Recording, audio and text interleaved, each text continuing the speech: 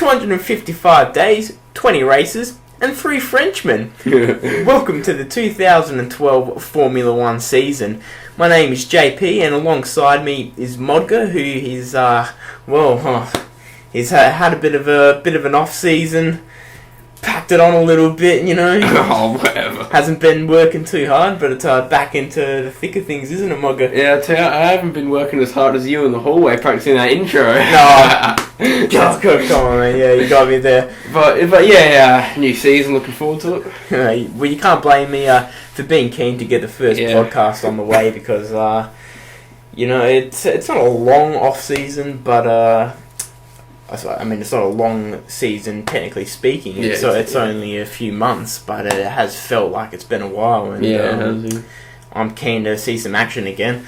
The drivers probably feels like their break went just like that. I mean, they were only into pre-season testing a month or so ago. That's the life of a Formula 1 driver, isn't it? Yeah. That's what they get paid to do. That's what they get paid a lot more than us to do, Modger. Especially for this, we don't even get paid to do this. What are you gonna do? Oh, maybe one day, right? Yeah. So anyway, as I mentioned in my intro, my rehearsed intro, there's 20 races this year, providing there isn't any unexpected political turmoil in Bahrain to resume. Which, well, let's face it, that's always a possibility. Because that's how politics are in that particular region. Yeah, a lot of the drivers. I know Mike Webber for one prefers Bahrain out of the calendar, and yeah. So I don't know if we'll come back this season. I prefer it out of the calendar purely for the reason that I find it not a very entertaining track. It's a very long track as well, and just not entertaining for the viewer. Yeah. 20 races. The other point to go along with that would be the new... Well, it's not a new Grand Prix. It's actually just a Grand Prix which is resuming. And that is the US Grand Prix, which hasn't been part of the calendar for 5 years. And back then it was Indianapolis. Yeah. That was back in 2007, and this year it returns. To I think it returns to Austin, is it? Yeah, Austin, Texas, in a brand new track. I think it's designed by the same bloke who has seemed to design all the new tracks which we're not entirely fond of, such as Korea and Abu Dhabi and all that. Yeah, I've seen the layout for Austin. Just by judging by the layout, I mean, doesn't tell you everything, but I thought it was did look like the best track for me. Just pretty stock stand, nothing really too special than I saw. Perhaps it's a time thing. I mean, maybe Monte Carlo, or not Monte Carlo, that would have always been special, but maybe tracks like Montreal and that weren't that special when they first started. Yeah, that's true, yeah. And Monza is not that. Yeah. Nah, I'm not so sure about that. They're bloody awesome tracks. Yeah, but when you look at the layout, there's nothing too fab, is what I'm trying to say. Yeah, I suppose. I mean, it's always very hard to tell when you're just looking at a bird's eye view or just a layout of the track. Yeah, of course. So we'll wait and see. We'll have to wait a long time to see, though, because the US Grand Prix, I believe, is the second to last Grand Prix. Coming in after Abu Dhabi, which is relegated in a sense to third last. Well, I suppose because I want to make the North America Grand Prix close to the South America Grand Prix, because of course the calendar finishes on Brazil. So that does make sense. So that makes it quite easy, I suppose, for the drivers who are jet setting all across the world. Now, as I said, it finishes in Brazil at good old Interlagos, and that finishes on the 25th of November. And the season starts, as we all know, on next weekend, which we're very excited about, and that's here in our backyard, sort of our backyard, at least our own country, in Melbourne at Albert Park, which is the 16th to the 9th to the 18th, of March. JP... Sorry, Monica and myself, JP, are lucky enough to get along to go to that, aren't we? Yeah, but not lucky when you look at our bank balance. Yeah. Nah, it'll be worth it. It'll be worth it. No, but don't be too discouraged by silly Modger over here. If you are thinking about going, general admission is actually quite cheap to go, but to come by. Yeah, that's true. Especially if you're just a student, and plenty of good hills and places to watch it around the track. You can get really close to the track there at Albert Park. Fantastic location for viewing, isn't it? Yeah, well, I think general admission would be good because very, very good price of something like $79 or something like that. Or yeah, for the student one, yeah. For the student, and yeah, it's a bit high for the one, but you know, you might be hanging out with all the bogans and stuff like that, but you know, when we went last year, I didn't see too many bogans around, and you get a great view, you get really close. I think general admission is the way to go. Yeah, well, it's a bit of a different crowd, the Grand Prix, compared to, say, the supercars. Now, I don't want to put the V8 supercar fans to any detriment here, because they're motorsport fans just like us. But it is a bit of a different crowd when you go along to the Grand Prix. I think a bit more a wider range of crowd. I think the V8 crowd is a bit more, I suppose, a bit more alike, and it's not a real, more of a niche sort of thing, I guess.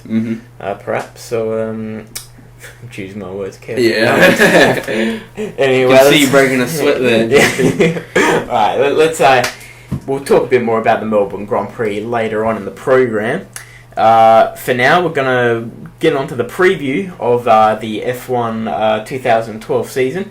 Forgot to mention early on in the piece that this is a long version of the program. It is also 1 hour, just like our season review was at the end of last year, if you managed to catch that. So if you settled in thinking that you only got 20-30 minutes, you're wrong. Get ready to get the lowdown of 2012. Should be a cracking season. Let's hope so. Now, just a brief talk on some of the technical changes for 2012. I did mention this last year, but obviously not everyone has got a chance to listen to that podcast. So I'll just briefly mention. Number one, you would have heard a lot of jabber about exhaust blown diffusers last year. Some teams whinging about it, and some teams whinging that the other teams that are whinging want it banned. Yeah. So that's what F1 is, basically. It's a lot of politics, I suppose. There will be a pretty level playing field in that respect because they are banned. There are no cold-blown diffusers, no hot-blown exhaust-blown diffusers, sorry. So nothing of the sort, which means the likes of Ferrari don't have to worry too much about developing that further to catch up to Red Bull, who are miles ahead in that sense of technology. Now, have you, Modger, seen the look of the new cars by any chance? Look, I saw like a concept for the McLaren car. I'm not sure if that's what they were going with, but it was like predominantly white. Now, I don't think they've gone with that, but it looked fantastic, the picture that I saw. But I think they actually have gone with something quite similar to the previous models. I haven't actually seen that picture which you're referring to. So that sounds interesting. Look, I don't think it was the design they're going with, but other than that, no, I haven't actually seen many new designs. Okay, well, one thing that you'll notice on all the cars is this shabby front nose. Now, they all have what is people are colloquially referring to as a platypus nose, or a step-down nose. Basically, the front of the nose is lower to the ground, and then it kind of ramps up on like a 45-degree angle for the continuation. Obviously, I can't show you at home or anything. I can show Modger though, but so he knows what I mean. But I know what you mean. No, there is a reason for it. It's a technical change. The FIA, for safety reasons, I don't quite know the exact reason behind it, but noses must be, I think, about 30 centimeters or something closer to the ground than what they were. So I guess teams are putting the nose closer to the ground and then suddenly making it jolt back up to its original position, I guess to get around the rule.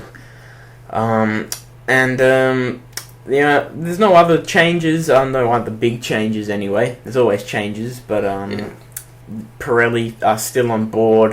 They've released their 6 compounds this year. Obviously 2 to be used at each event unless it's wet. Rosberg, who has obviously had a dig on those new tyres at pre-season testing, said that they're pretty similar to last year, but as far as the difference between the tyres themselves, like soft, medium, hard, not much difference at all. So, it's going to be confusing to watch, isn't it? Yeah, even last year I found it confusing with all Pirelli's different compounds and they're renaming them every 2 seconds. Couldn't keep up, but this year I'm going to try and stay on top of Pirelli and their tyre actions. Yeah. Well, another reason it'll be confusing is that you'll probably see Jenson Button going out on the hard tyre and dominating people on soft tyres as he does. Yeah, that's... but they're, according to Nico Rosberg, the reason is that they're not that much different, apparently. It just... there were a few pre-season tests, one in Jerez, one in Barcelona, and one in somewhere else in Spain. Sorry for the mental blank there.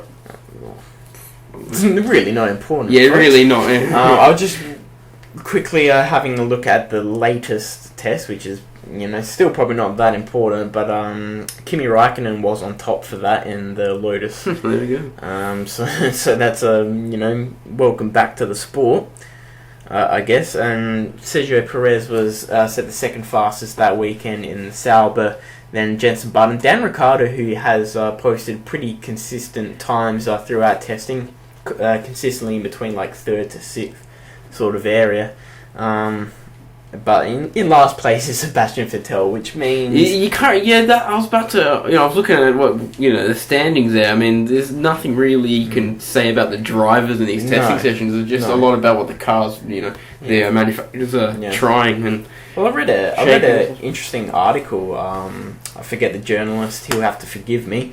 He was writing for Fox Sports, and he wrote a good piece about how pre-season tests are a bit of a sham. I mean, the tough teams don't want to expose their true form, and the lesser teams want to set good times to gain sponsorship. So, do we read anything into it? I don't think so. Kimi Räikkönen on top. I mean, Lotus is a pretty established team, but I know, but when you see Sebastian Vettel's Red Bull all the way down at the bottom, it's just it's basically just the teams mucking around with their car, see what works. I'll be making my judgments at the first few practice sessions at Albert Park. Yeah, and that would be a very wise thing to do because, like I said, pre-season testing, a lot of sandbagging and yeah, that's true. And as Jacques Villeneuve describes, our teams going on glory runs. Yeah. So anyway, let's get into the thick of things. Let's get into the teams now. The team which will occupy number 1 and number 2 numbers is obviously Red Bull Racing. Their car is, their chassis anyway, is the RB8.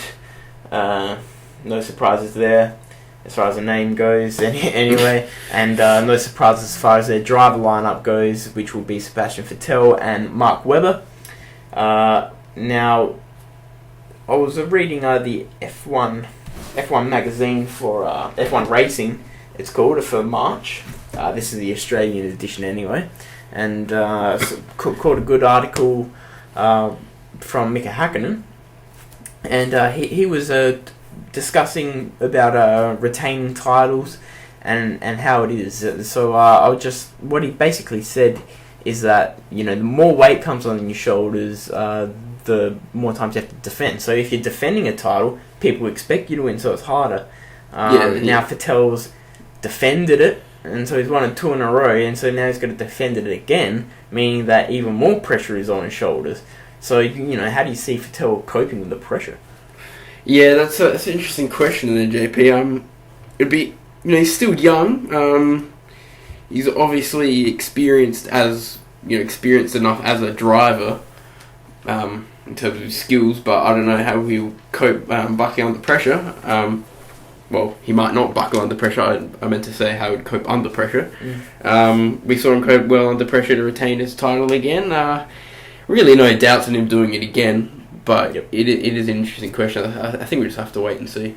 Now, I might be able to put some doubt into your mind yet, though, Modger.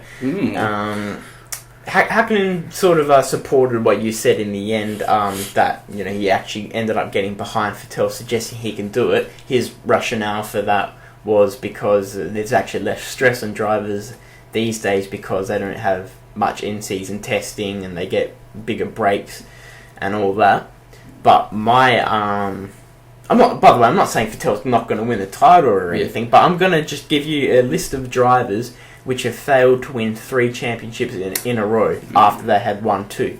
Now there is Ascari, Brabham, Prost, Senna, Schumacher on his first attempt, Hakkinen, and most recently Alonso. So pretty big names in there. Schumacher. You can't count Schumacher's second attempt because that was a second attempt. Yeah. So Schumacher couldn't do it the first time, and Senna couldn't do it. The only person who has managed to do it on his first go, which was Juan Manuel Fangio back in the 50s, and then Schumacher on his second attempt. So do we put Vettel into a Fangio bracket already, or? Yeah, I got you now. Yeah, it's really interesting. I mean, like I said, we just have to wait and see. Yeah. But let's just hope for the sake of the sport that he doesn't, win by an astronomical margin like he usually does. But I'll be keen to see what happens. I can't really answer that question, to be honest. Like I said, I think he can. No matter of the statistics and what drivers have done in the past, but I definitely do reckon he can do 3. Yeah, the one a point I would put in Vettel's favour is that, yes, I've just put on stack some odds against him, but the thing is people are ranking him with the likes of Schumacher and Fangio, so if people are comparing himself to them, then, I suppose he can easily win 3 in a row. Yeah. As long as he's got the kit and, this Red Bull Racing we're talking about here, no changes even from the technical aspect. Christian Horner, Adrian Newey still on board. Christian Horner was quite happy with pre-season testing, especially because there were no KERS issues this time around. As we know, Red Bull had a bit of a KERS shambles. Mostly with Mike Webber. Yeah, mostly with Mike Webber, suspiciously. Yeah. With Mike Webber. An interesting thing I read today with it was Alan Jones speaking. He suggested that there's still some division within the Red Bull garage, according to him. What's all that about? Division between the drivers. Between the drivers. And the garage in general. What? Wow. He doesn't know this for certain, but I'd imagine he have a better idea than us, bloody sitting here. Back in Australia, I could imagine division with the drivers in terms of strategic planning, but it's in terms of the garage and the mechanics in there. I wouldn't think there'd be any division at all. A healthy team probably shouldn't have that much division, to be honest. I know one to look at is Jensen Button and Lewis Hamilton, which we might talk about a bit later.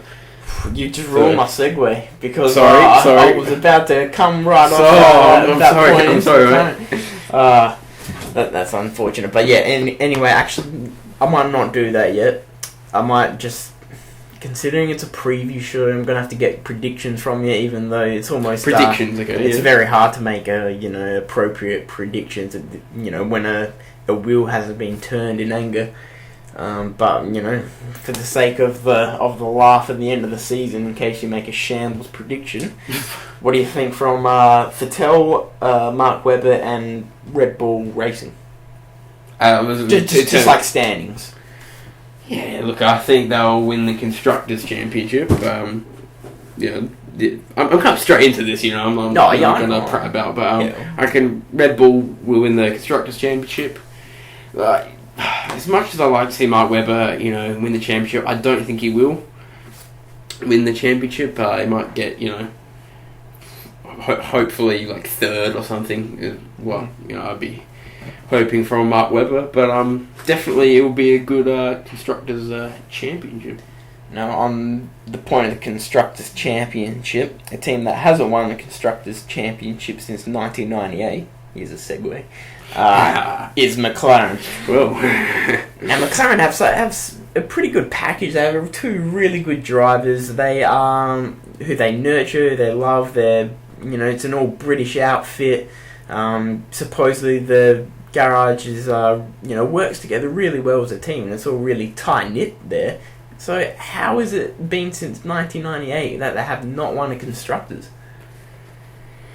I know Schumacher had a lot to do with that in the early stages, but yeah, well, if you look at like previous drivers for McLaren, they've all been pretty top notch, but for some reason not getting the no X factor. Yeah, no X factor, and I think last year and this year, I reckon that they would have had the best chance since 1998 or whatever you said. Despite the skillful drivers they've had in between, I reckon this year and last year would be the best shot. But like I said in my prediction before, I still think Red Bull would snatch it. Yep. But I do think this is their best shot. Yeah.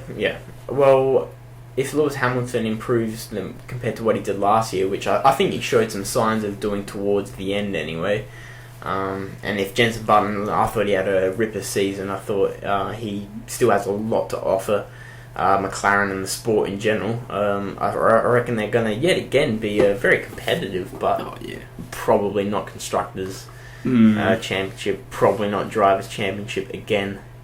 But I mean, there's so many good little subplots within this championship. We've already talked about Vettel trying to overcome that third title hoodoo, I guess, and now another good story will be the who is the boss at McLaren. Now it's going to be JB or Lewis Hamilton at the end of the year. 2 years ago was Hamilton, last year was Button. This year, what's going to give? Do you think? What's going to give? Probably the tension. Well, not much tension, but they probably like to think there would be tension between Jenson and Lewis. I think Lewis will be the weak link, if you will, despite his driving abilities. For McLaren, I still think that would be the reason why they might not be up there with the Constructors' Championship.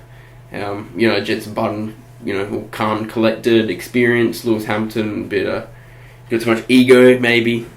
Perhaps. Yeah. The thing I like about that particular subplot in the championship is that it's just such a level playing field. With Red Bull, you're not so sure. You always suspect that there's some favoritism, things like that. At McLaren, that both drivers are going to have the same amount of resources, and it's going to be an interesting battle for both drivers. Well, we'll just have to wait and see. The first few races, see who can break the shackles, if you will, but between those two drivers, because of the evenness. So that's McLaren Mercedes, who will be driving McLaren MP4 27 this year, and obviously both drivers retained, no surprises there. Now we move on to Scuderia Ferrari, who will be using the Ferrari, the F2012, I believe. Despite what this magazine says, I think they've made a bit of a typo. I'm pretty sure it's the F2012. Although they're suggesting that's what the engine's called, but that's probably I'm pretty wrong. sure they don't call it an engine by the year. Definitely not. And again, both drivers retained there. That's not news. That was decided pretty well into last year. So now going into Ferrari, we've already talked about. Well, last year we talked about their disappointing season and what do they have to do to overrun that. Now, what their chief designer Nicholas Tombazis has come out and said in the F1 Racing magazine is that basically they've changed their philosophy of their design in terms of their aero package. Now they're going to take a more aggressive approach with the F2012 to try and achieve a better one than what has been in previous years. Particularly last year, their aero package was just rubbish. Now that I'm not too sure how long ago he said that, but Pat Fry, who is one of their technical directors, I don't think he's the main one, has come out and already said that a podium is not possible for Ferrari. So is it already going up in flames? for any race at all, or just the championship? Sorry, whoa. That would have been a bit of a shock to some of the tifosi out there, or however, whatever you call it. Tifosi? Ferrari fans? I think so. Yeah, just a bit of a trivia for you there, folks. No, he just said that a podium is not possible for Ferrari in Melbourne. So, fair enough. I mean, I can see that's not acceptable, is it? I mean, it's not, especially from one of the Pat Fry, you say that, but sure, one of us can make that assumption, at least. Yeah, well... like you said, their package was, bollocks last year, so I think that's their best move. Yeah, but, I couldn't make the prediction that they're not possible for a podium, because I can't tell what happens in pre-season testing, because times are so scrambled, but Ferrari are already unhappy with their car, and they've actually banned their drivers from talking to the press. So, what's a motive behind that? Is it, do you really think, the drivers are going to blab about something wrong? Definitely not Massa. I've seen him in interviews, he probably wouldn't say anything. He wouldn't hurt a fly. I really don't think Fernando or Felipe would say anything at all. It's an interesting one that will only Domenicali would probably know, and other people within the Ferrari campus would know the reasoning behind that. Yeah, I suppose, but not good early signs for Ferrari. So where you were predicting again their drivers and the team to finish up this year? Fernando Alonso, I reckon, will have a decent season. I mean, I reckon last year was probably his best shot at a real top spot. But what I want to do is compare Fernando to other drivers in terms of placement, but I'll probably do that a bit later. I reckon Felipe will, sorry about those Felipe fans, but I reckon he'll have a below par, above par, whatever. Above par probably worse than below par, but if you want to be technical. I reckon he'd have a below average, shall we say, season, unfortunately. I reckon Ferrari definitely need a driver change for Felipe. Yep. Okay, fair enough. I always like to use Fernando Alonso as a measuring stick of where Ferrari is, because I think he's such a class driver, and if he can't get anything out of that car, then I don't think anyone else can. Yeah. I think I've said in previous podcasts around Fernando Alonso, especially last year and other years, it's just been, well, in my opinion, one of the best in the business in terms of drivers. I mean, I reckon if he had the right engine under him, he'd win the title. That's my opinion. Yep. So that's Ferrari for you. We look forward to seeing, I just want to see some improvement, some more competitiveness for them. Yeah, they just need a completely different change of approach. That's what the chief designer said, change of approach. Yeah, exactly. But maybe they went too erratic or something and just screwed it up. Maybe, like I said, driver change, Felipe Massa out. That's what I'm going to say. If they want a Constructors' Championship, I reckon that's the main problem. It's too late for this season now, isn't it? Yeah. I mean, Felipe Massa's on board for the season, so get your act together, son. Modger, prove him wrong. I'm sure Felipe Massa is taking your words to heart. Yeah, probably. Now, going on to something, I'm excited about now, but I could get a couple of weeks in and feel stupid. It's Lotus F1. Now, I was sort of excited. They're only called Lotus F1 now. They're not called Lotus Renault anymore. Even though... the Lotus Renault with the Renault engine and the Renault chassis. yeah. Except now they call it a Lotus chassis, so... don't worry, I'm sure Renault still is still heavily involved with that team. they still supply the engine for them, Yep. and all that. New driver lineup, both are new. They have chosen to go with Kimi Raikkonen, who is coming back into the sport. Sorry about that. After a hiatus, first in WRC, and then NASCAR. You know, an elegant choice there. And she tried to have a dig at Le Mans as well, which I only found out by reading the F1 Racing magazine. Tried to have a dig, had like a little test run. And he said, there's a good quote. I think he said something about the steering and the windscreen was just bagging the sports car. F1 Racing, only $9.50.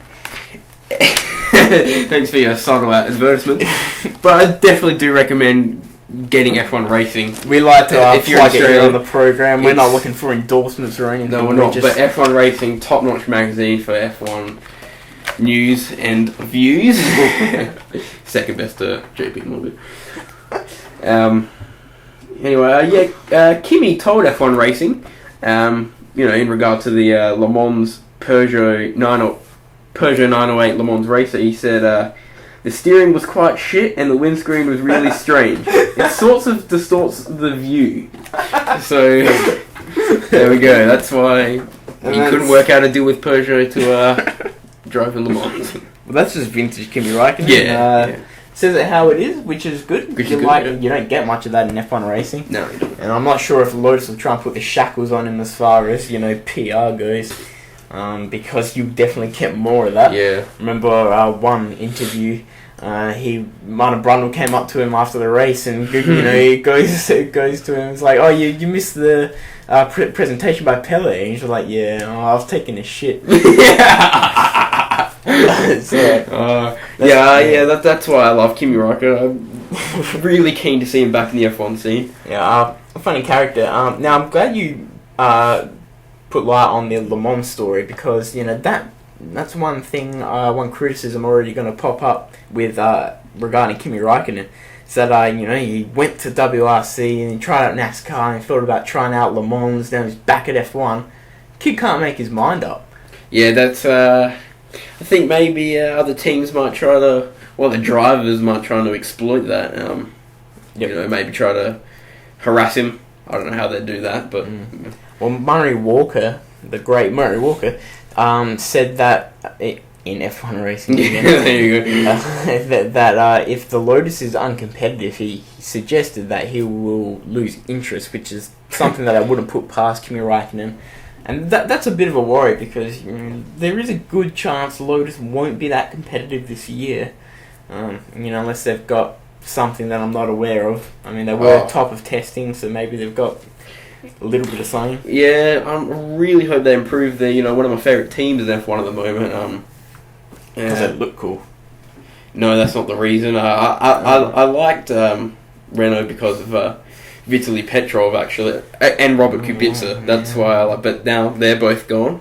But I'm still, barracking for them with, Kimi Raikkonen and Grosjean or whatever he's called.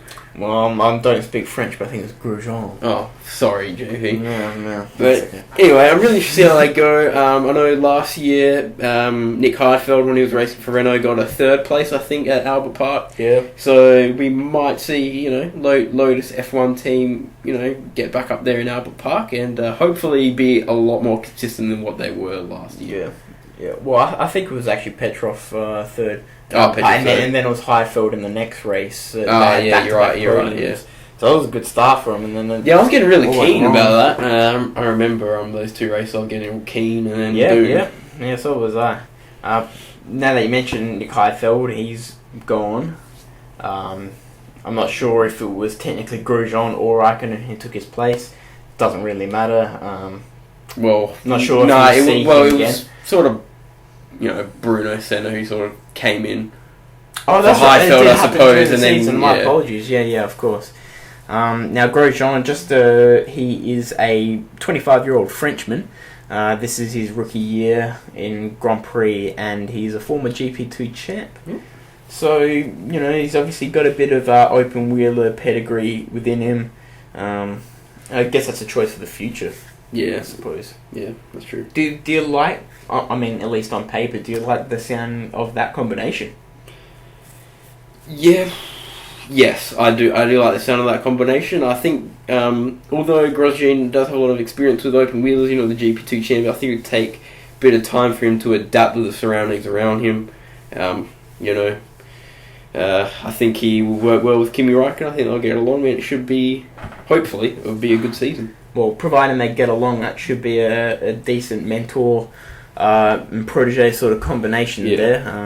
So good. I mean, Raikkonen's not that old. Actually, he's still quite young. I'm not entirely sure. He seems old because he's left F1 for and he was on the scene at a pretty young age. But in terms of experience, Raikkonen probably has a lot to offer Grosjean. So watch this space. That is Lotus F1, who will be fielding the Lotus E20 this year. And just a quick prediction. You don't have to give me a number. I know that's a bit hard, but at least a top 10 finisher. Yes, at least, yes. Raikkonen, top 5. Ooh, I reckon he just miss out the top 5. Yeah. Okay. Well, actually, no, 5th. 5th. Ooh. Take that, Felipe Massa. I assume that's who we're. Yes, that's what I'm. Yeah. Okay, moving on from Lotus, we're gonna. You gotta be harsh. It's the business of that's it, journalism, whatever. Yeah, ruthless business analysis. Yeah. Now, speaking of ruthless, I'm about to be ruthless about Mercedes GP. Oh. I don't want to talk about Mercedes GP that much. They were a team that I got excited about a few years ago. They're not a reason to get. Look, to me, it's a novelty team.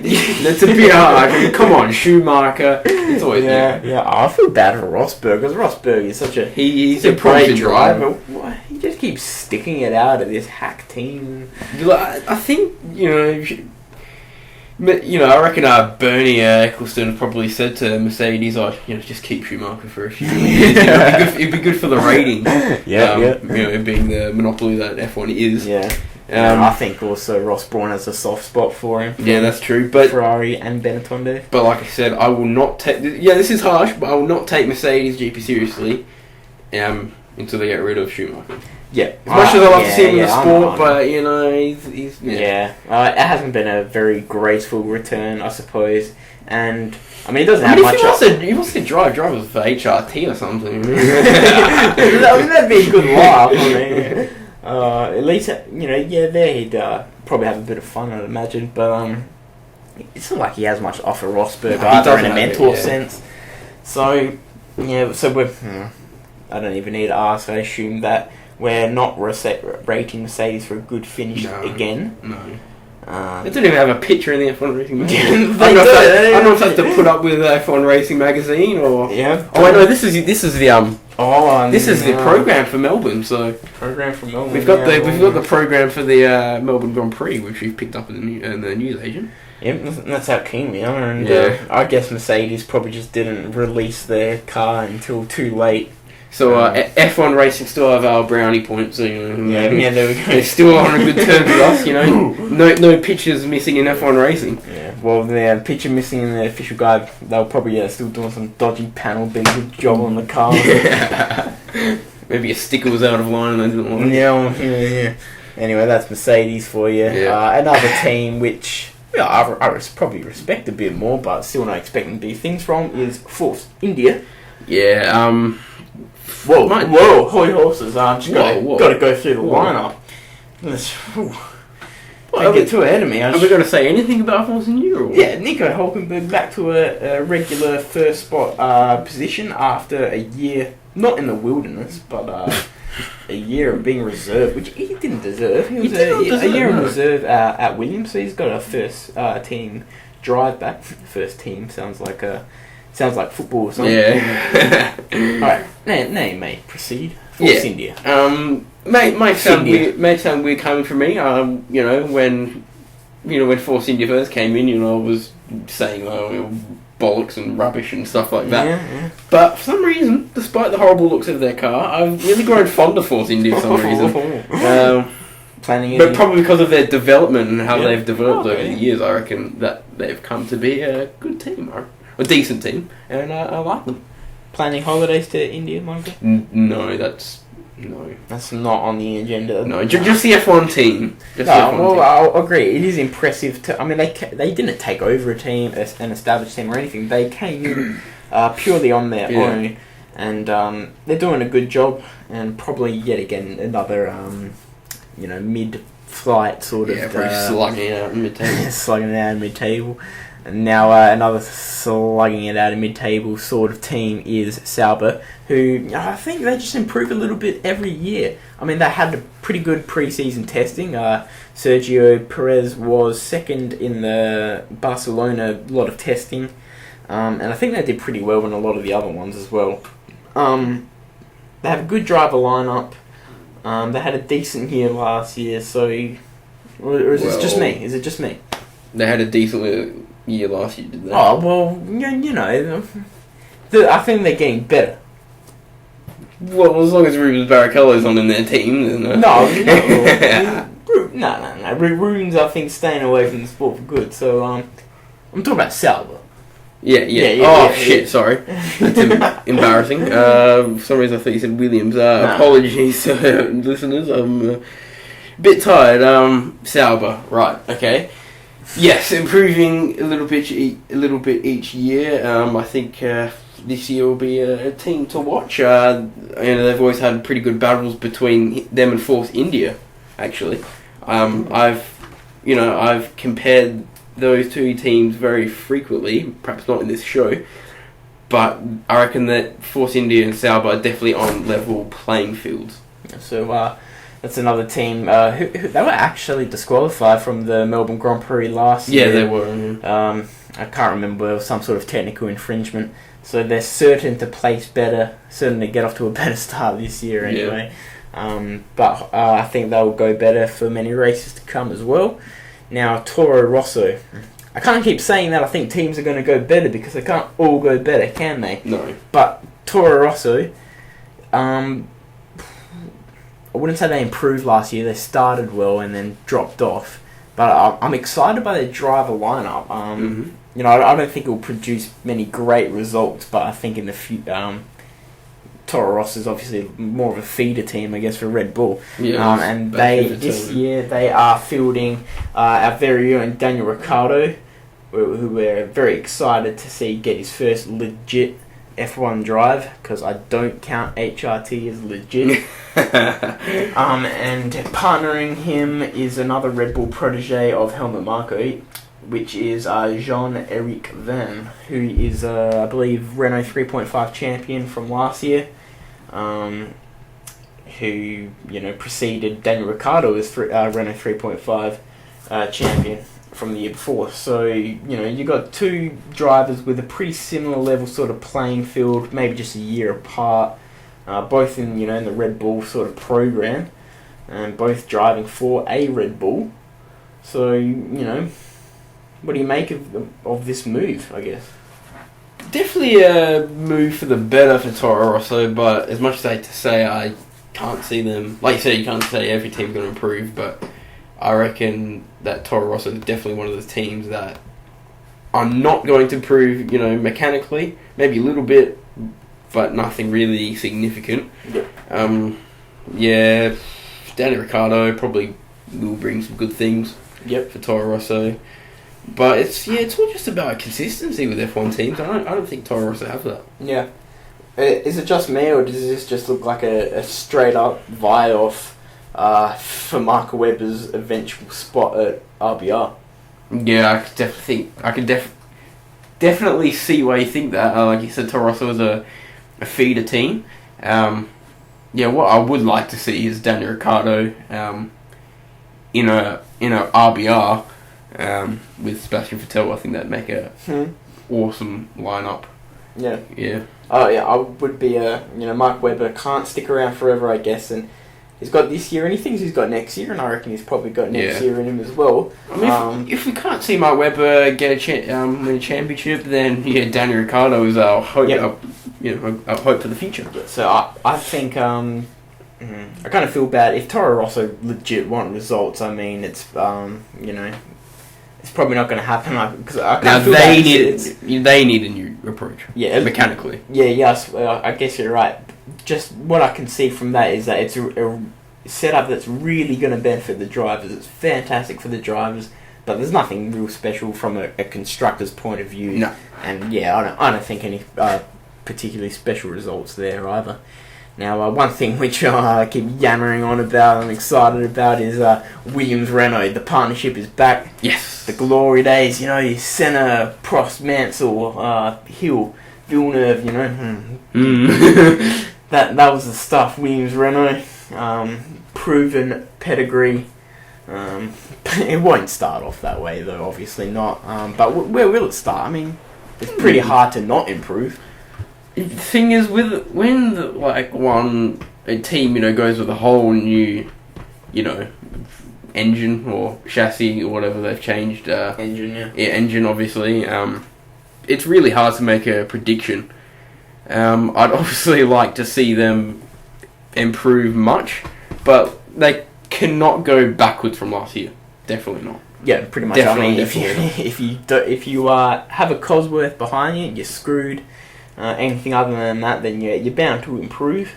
The driver lineup will see us part ways with the dear Rubens Barrichello, who is sadly redundant to the sport, and is taking up a seat in IndyCar, that's a good move personally. Now, just a little number tease for you. Where might this be taken from, JP? Oh, well, let's see, some magazine. F1 Racing. It's just their little segment, the 2012 F1 season in numbers. When the first car leaves the pit lane in Melbourne, it will be 7,069 days since Rubens Barrichello last failed to take to the track during a Grand Prix weekend. Wow. So it's almost just not the same sport without him. I mean, it was close to 20 years in this... straight up in the sport. Didn't even miss a race. I mean, it's amazing. That is amazing. That's all I can say. We wish him all the best, in his future endeavours, and we thank him for what was, sadly, I think, an unfulfilled career in the sport. But I think the sport's still better off for having. Yeah, he's left for the better of Williams. We'd like to see him stay, but obviously we wouldn't like to see him stay in the same way in terms of performance of Williams goes. Yeah, okay, and just a bit of a fun fact for Williams, they've recruited, not a new pit guy, engineer or whatever, although he's going to be working with him, and that is Michael Johnson, the former American, Olympic gold medalist.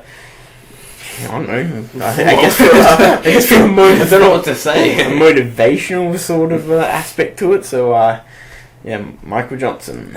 That's it. And they have a new technical director on board called Mike Coughlin or something. Yeah. I think they showed the season review as well. That they're kitting up with a new kit in terms of employees go. Yep. So exciting things happening at Williams, who are fielding Pastor Maldonado and Bruno Senna, who we thought was almost lost to the sport at the end of last season. We thought he was going to be without a drive, but here he is for Williams, and Brazilians like Williams, don't they? Of course they do. Of course they do. A Senna and a Williams. Wow, I didn't think of that. Yeah, well, there we go. Anyway, so just to quickly go through the other teams, can't stress other enough. There is Caterham F1, which is Is that basically just that Caterham. Caterham, basically that's Lotus. The old Lotus. Yeah. Yep. The green Lotus, not to be confused with the black one. No. Yeah, so that's why they've gone with the name to change. They will be having Heikki Kovalainen, and for another mistake, Jarno Trulli. Trulli is the other, absentee from the sport. Jarno Trulli's been in the sport for a long time, but sadly he's got to go. Will they? Instead will be Vitaly Petrov, who salvages a ride. Then there is HRT, who is going with De La Rosa and Kartakainen. Wow. And then there is Marussia F1 team, which is Virgin Racing, who has Timo Glock and Charles Pic, who is another Frenchman, the third one, and he has some racing pedigree in in the lesser divisions. Yeah. You know, he's only 22 though, so you know we'll talk about him when we have to. Really, it's a shame I have to see Timo Glock battling it out. You know, ever since Toyota pulled out of the race, he's just been battling it out with all the Cosworth engines. I like him, but he's a decent driver. I mean, I feel sorry for him as well that he doesn't get a better drive because Toyota was a much better team and he did all right for them. Yeah. But what are you going to do? Ruthless business. When it was teamed up with Truly, I think it was with Toyota. Yeah, that sounds about right. Now, anyway, we're going to move on to the preview of Albert Park with got about 9 minutes left or so. Yep. So in a segment that we tried to introduce towards the end of last year, we're going to go through a hot lap of Albert Park. Yes. Now, do I have any statistics for you on Albert Park? I don't know. Well, I didn't, but I'm going to see if I can quickly salvage something up. I do. Now, courtesy of F1 Racing. Yep, courtesy of F1 Racing. It's going to be a 58-lap race. It runs clockwise, you will know that, surely. Length 3.295, so it's about a mid-range. It's a good-sized track. Yep. You get a lap around there in at race speed, maybe low 130s. And it's a twilight race. Starts at 5 p.m. local time. That's Bernie's plan to try and get a better audiences across the globe. Just a quick fact. As far as continuation of the Australian Grand Prix goes, after 2015, if money is an issue, Bernie Ecclestone said he'll subsidise it if it's a run at night. So that will be interesting. Yeah. I know Melbourne, their Premier has been talking about, their funds and keeping the Grand Prix and stuff like that. Yeah, so he's a whinger.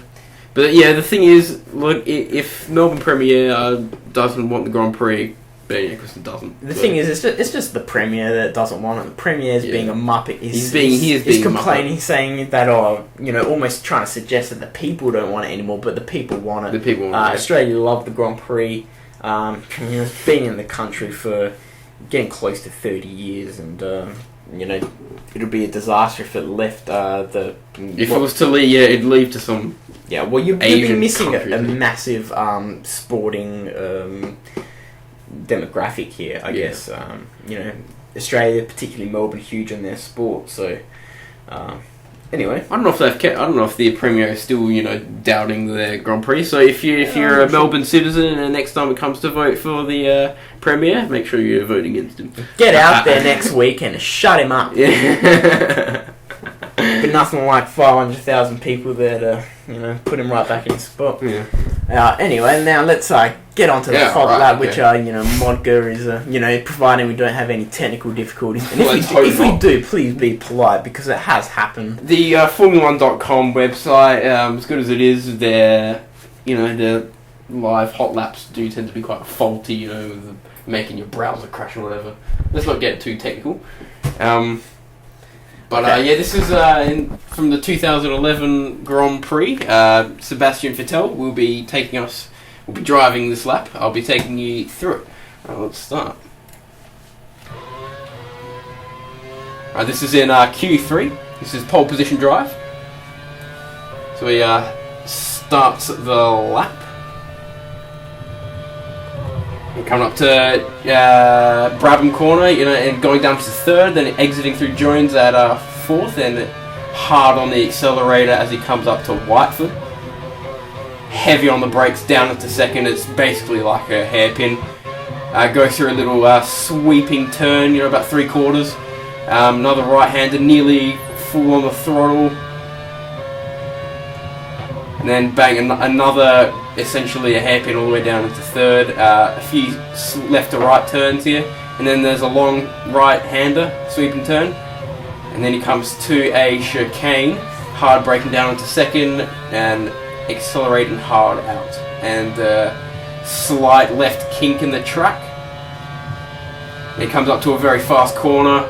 Just a dab of the brakes, moving down to 6th as he comes through the right-hander.